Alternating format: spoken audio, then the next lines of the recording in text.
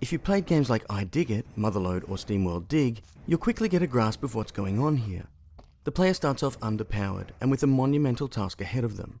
The only way to improve your gathering, killing and survival skills is to collect gems and ore, the primary currency required to build the tools that will assist you. This core mechanic of mining, smelting and upgrading offers a carefully constructed compulsion loop that's easy to grasp and gets its hooks in early. Mines of Mars is procedurally generated, meaning that every single playthrough will be different. You might be lucky enough to find a large vein of rare minerals early, or you could be searching for quite a while for that one reasonably common material.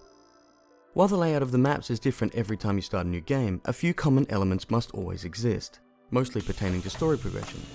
You see, WikiWare has taken mining and exploration mechanics and melded them nicely with the upgrading progression elements of games like Metroid.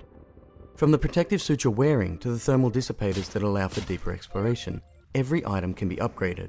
More efficient jetpacks will allow you to safely return home without running out of fuel. Advanced helmets allow for greater vision when below ground. The storage container for unrefined materials can also be upgraded, allowing each subterranean venture to be more profitable. Since you're limited in how much raw material you can bring up to the surface at a time, and there's no way to discard what's picked up, a little bit of planning can go a long way during each trip. Scattered throughout the game are mysterious temples, only accessible once a corresponding switch is found.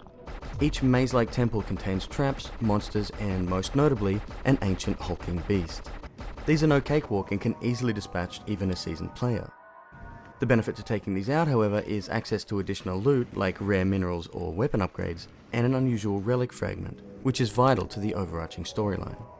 Unfortunately, the difficulty of the game tapers off as more items are required. Once you pass a certain threshold when it comes to mobility, sight, and mining upgrades, minerals that were once difficult to acquire become almost trivial. This is reasonably common with games of this ilk, but perhaps a little bit of balancing and/or additional content would alleviate the issue. I would love to see the inclusion of a map at some stage, allowing the player to notate where temples and other areas of interest are. Although getting around isn't difficult, having a general sense of where to go may lessen arbitrary digging.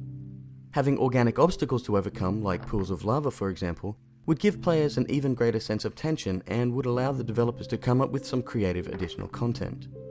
Mines of Mars is a wonderfully atmospheric title, with beautiful artwork and music, and some genuinely creepy alien designs.